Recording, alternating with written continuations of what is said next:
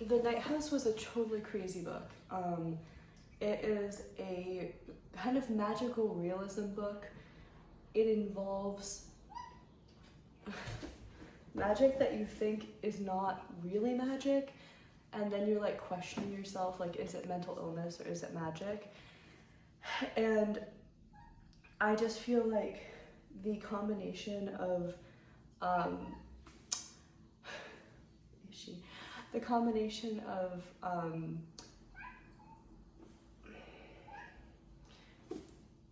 a person who's mentally ill and their perception of magic is very interesting. Like, is magic caused by the mental illness? Is it not actually magic but just mental illness? Like, are they actually magical? It's all very interesting, and it's one of my favorite tropes in horror books.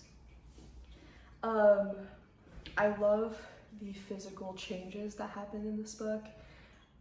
Lots of the surroundings kind of melting down, becoming something new, being slightly oblivious to how things are changing.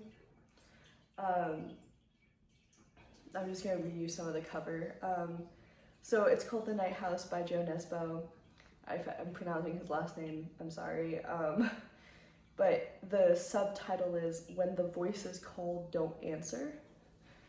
And the back of the book says, Nesbø doesn't spend any time fiddling about, building up, or misdirecting. In The Night House, the horror begins immediately, and it only keeps calling from there. There are lessons to be learned here, who to believe and what to believe in, and how a person can change when the impossible turns possible and the unimaginable is laid bare. This horror fan loved it. That was by Josh Mallerman. He wrote Bird Box.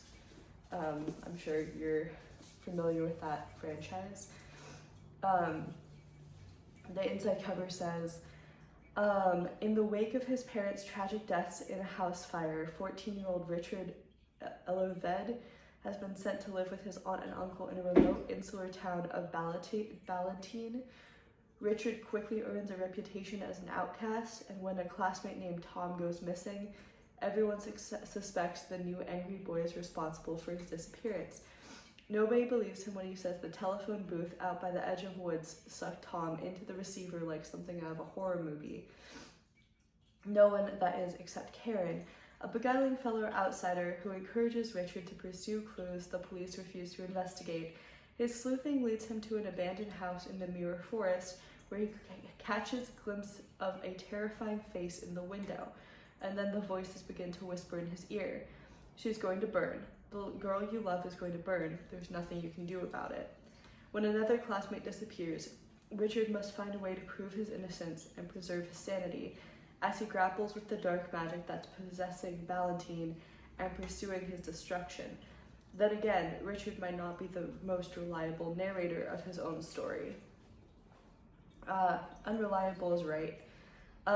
So I got this book, and my mom said that she had read other books by him.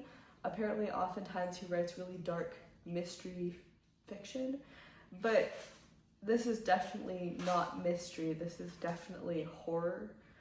I was gonna see if there's any more description, but it looks like not.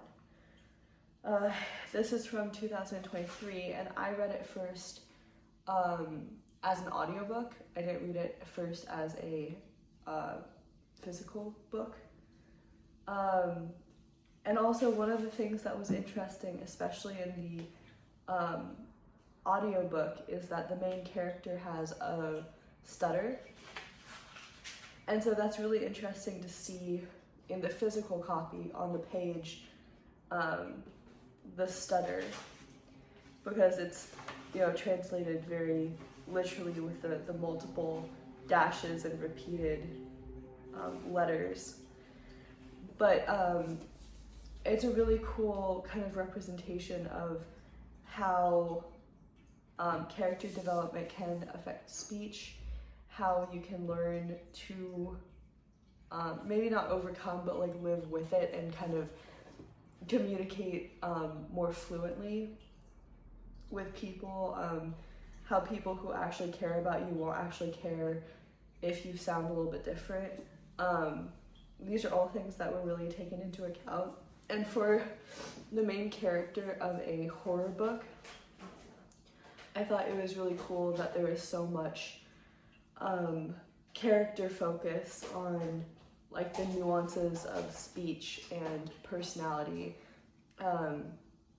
Also, I liked that there was not as much focus on romance. It was definitely a lot of focus on how he is friends with a woman, but without as much being focused on like a physical attraction or even like a mental attraction. Sometimes he'll comment on how smart she is, but it doesn't feel as much like he's lusting after her in some way in order to get with her.